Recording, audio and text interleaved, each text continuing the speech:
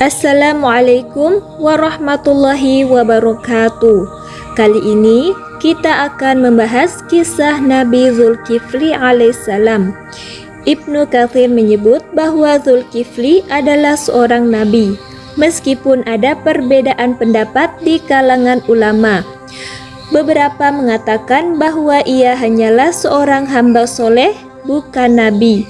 Namun, Ibnu Katsir lebih cenderung pada pendapat bahwa Zulkifli adalah nabi berdasarkan penyebutannya dalam Al-Quran bersama nabi-nabi lainnya seperti dalam surat Al-Anbiya ayat 85-86. Dan ingatlah kisah Ismail, Idris dan Zulkifli. Mereka semua termasuk orang-orang yang sabar. Kami telah memasukkan mereka ke dalam rahmat kami. Sesungguhnya mereka termasuk orang-orang yang soleh. Quran Surat Al-Anbiya ayat 85-86. Menurut Ibnu Katsir, ini berkaitan dengan kisah ketika seorang nabi disebut-sebut Nabi Ilyasa mencari penerus yang sanggup memimpin Bani Israel dan memenuhi 3 syarat: puasa di siang hari, ibadah di malam hari, dan tidak marah. Selanjutnya, seorang laki-laki berdiri hingga sempat menarik perhatian banyak orang. Laki-laki itu berkata, "Aku sanggup." Ilyasa berkata, "Apakah engkau sanggup berpuasa pada siang hari, bangun pada malam hari untuk mengerjakan sholat, dan tidak marah?" Laki-laki itu menjawab, "Ya, aku sanggup." Pada hari berikutnya, Ilyasa mengatakan hal yang sama, tetapi orang-orang hanya terdiam tidak menjawab. Akhirnya, laki-laki yang kemarin berdiri, Zulkifli, kembali berdiri seraya berkata, "Aku sanggup." Setelah itu, Ilyasa mengangkat laki-laki itu sebagai penggantinya. Mengetahui hal itu, iblis segera bertindak dan berkata kepada para setan, "Engkau harus menggoda si fulan, Zulkifli itu." Akan tetapi, para setan menyatakan tidak sanggup untuk melakukannya. Pada akhirnya, iblis berkata, "Kalau begitu, biar aku sendiri yang akan melakukannya." Selanjutnya, iblis menemui Zulkifli dalam wujud orang tua yang miskin. Iblis menemui Zulkifli ketika sedang istirahat atau tidur pada siang hari. Zulkifli tidak pernah tidur pada siang maupun malam hari, kecuali hanya sebentar pada siang harinya. Ketika iblis datang mengetuk pintu, Zulkifli bertanya, "Siapa?" Iblis menjawab, "Orang tua yang teraniaya." Zulkifli segera bangkit lalu bergegas menuju pintu dan mempersilahkan orang tua atau iblis itu masuk. Setelah itu, iblis bercerita panjang lebar hingga waktu tengah hari telah berlalu dan memasuki waktu sore. Akibatnya, kesempatan Zulkifli untuk tidur siang pun habis. Akhirnya, Zulkifli berkata, "Jika engkau datang sore nanti, hakmu akan kupenuhi." Setelah itu, iblis pun pamit dan pergi. Pada sore harinya, ketika Zulkifli sedang duduk di majelis, beliau melihat ke sana kemari untuk mencari orang tua itu kalau ia datang kepadanya. Tetapi beliau tidak menemui orang tua itu.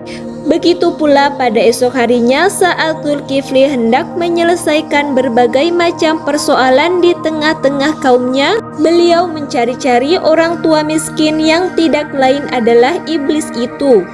Tetapi lagi-lagi Zulkifli tidak melihatnya. Ketika beliau kembali pulang dan hendak tidur melepas lelah pada tengah hari, tiba-tiba lelaki tua itu datang dan mengetuk pintu. Zulkifli bertanya, "Siapa?" "Orang tua miskin yang teraniaya," jawab iblis. Zulkifli segera membuka pintu seraya berkata, "Bukankah telah aku katakan kepadamu agar menemuiku pada saat aku sedang berada di majelis atau tempat kerja?" Iblis berkata, "Mereka itu adalah seburuk-buruk kaum. Ketika mereka mengetahui engkau sedang duduk, mereka mengatakan, 'Kami berikan hakmu kepadamu.' Namun, setelah engkau pergi, mereka menghalang-halangiku dengan begitu sengitnya. Setelah itu, Zulkifli berkata, "Pergilah, biar nanti malam saja engkau datang lagi kepadaku." Zulkifli telah kehilangan waktu tidurnya pada siang hari. Pada malam harinya, beliau menunggu-nunggu orang tua terlaknat itu, tetapi tidak kunjung datang hingga akhirnya beliau dihinggapi rasa kantuk. Ketika datang waktunya qalilullah atau tidur sebentar pada siang hari, Zulkifli berkata kepada keluarganya, "Jangan biarkan seorang pun mendekati pintu ini agar aku dapat tidur siang karena aku mengantuk sekali." Ketika Zulkifli hendak membaringkan tubuhnya untuk tidur siang, orang tua itu datang lagi seraya berkata kepada keluarga Zulkifli, "Aku sudah menemuinya kemarin dan sudah kuceritakan masalahku kepadanya." Mendengar alasan orang tua atau iblis itu, keluarga Zulkifli tetap tidak memberinya izin. Mereka berkata, "Tidak, demi Allah, beliau telah memerintahkan kami agar tidak ada seorang pun yang mendekati pintu ini." Karena tidak berhasil membujuk keluarga itu, iblis melihat ada lubang angin pada rumah Zulkifli tersebut.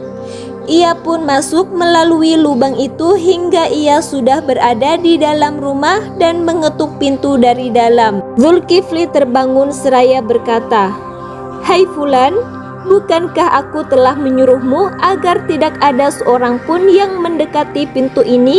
Iblis menjawab, "Aku memang tidak diperbolehkan masuk, tetapi lihatlah dari mana aku bisa masuk." Zulkifli pun bangkit dari tidurnya menuju ke pintu, dan ternyata pintu masih dalam keadaan tertutup seperti semula saat beliau menutupnya. Beliau bertanya-tanya dalam hati, dari mana laki-laki tua itu bisa masuk? Untuk meyakinkan hatinya, Zulkifli bertanya, "Apakah engkau ini musuh Allah?" Iblis menjawab, "Ya, aku telah berusaha untuk menggodamu agar engkau lalai dan tidak dapat melaksanakan apa yang telah menjadi tanggung jawabmu, seperti yang telah engkau sanggupi itu. Ternyata engkau memang dapat melaksanakan tanggung jawab yang engkau sanggup untuk memikulnya. Oleh sebab itu, Allah Subhanahu wa Ta'ala menamakannya dengan Zulkifli, yang berarti mempunyai kesanggupan untuk memikul tanggung jawab yang dibebankan kepadanya." Ibnu Katsir menjelaskan bahwa Zulkifli adalah sosok yang sangat sabar, tekun beribadah, adil, dan bijaksana. Ia memimpin Bani Israel dengan penuh integritas dan tidak pernah tergoda oleh dunia. Kelebihannya terletak pada kemampuannya mengendalikan diri dan tidak mudah marah, meskipun diuji dengan berbagai cobaan.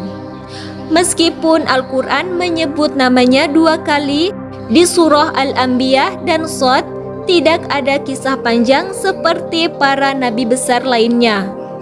Ini menunjukkan bahwa Nabi Zulkifli lebih dikenal karena akhlaknya dan kesabarannya, bukan karena mukjizat atau peristiwa besar yang menyertainya. Demikian kisah Nabi Zulkifli alaihissalam. Semoga kisah ini dapat menginspirasi kita semua. Wassalamualaikum warahmatullahi wabarakatuh.